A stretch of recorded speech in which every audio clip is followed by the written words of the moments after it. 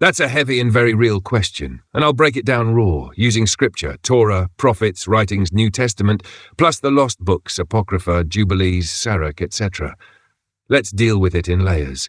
Number 1, why preachers avoid it. Comfort zone. Most pastors stick to safe sermons, faith, prosperity, forgiveness, and avoid topics that make the congregation uneasy or confront men's sins directly. Patriarchal influence. Churches historically have been male-dominated, with cultural baggage that downplays women's suffering. Selective teaching.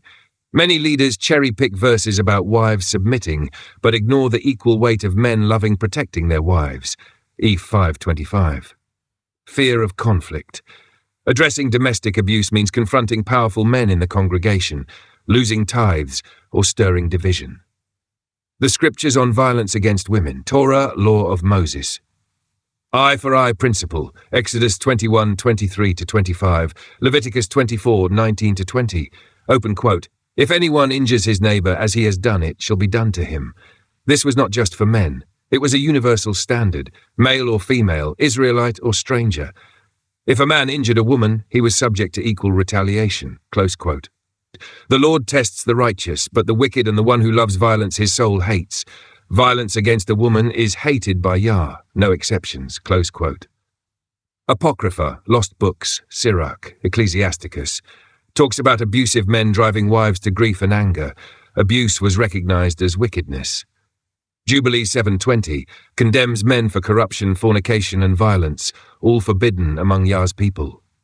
Testament of the 12 Patriarchs, Testament of Reuben 4:7, warns against lust and mistreatment of women, saying it brings judgment on men. New Testament, Ephesians 5:25, 28-29, open quote, "Husbands, love your wives as Christ loved the church and gave himself up for her. A husband striking his wife violates this outright. He is commanded to nourish and cherish her, not abuse her," close quote. Colossians 3:19, open quote, "Husbands, love your wives and do not be harsh with them. Abuse is explicitly forbidden," close quote.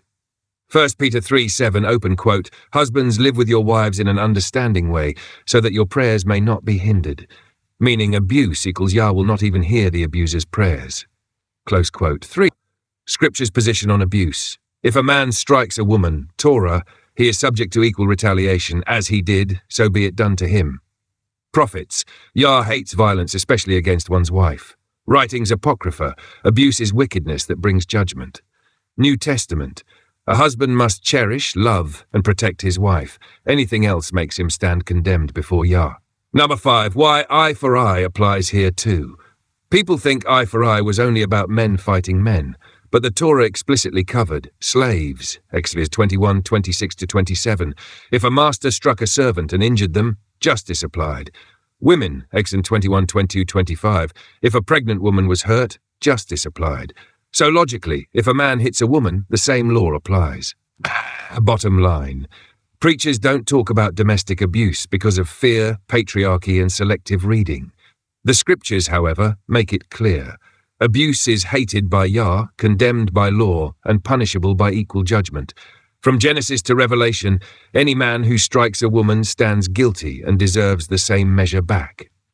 I'm just flying high on my horse. I live by peace while you incite wars. I just mind my business, I just mind my business.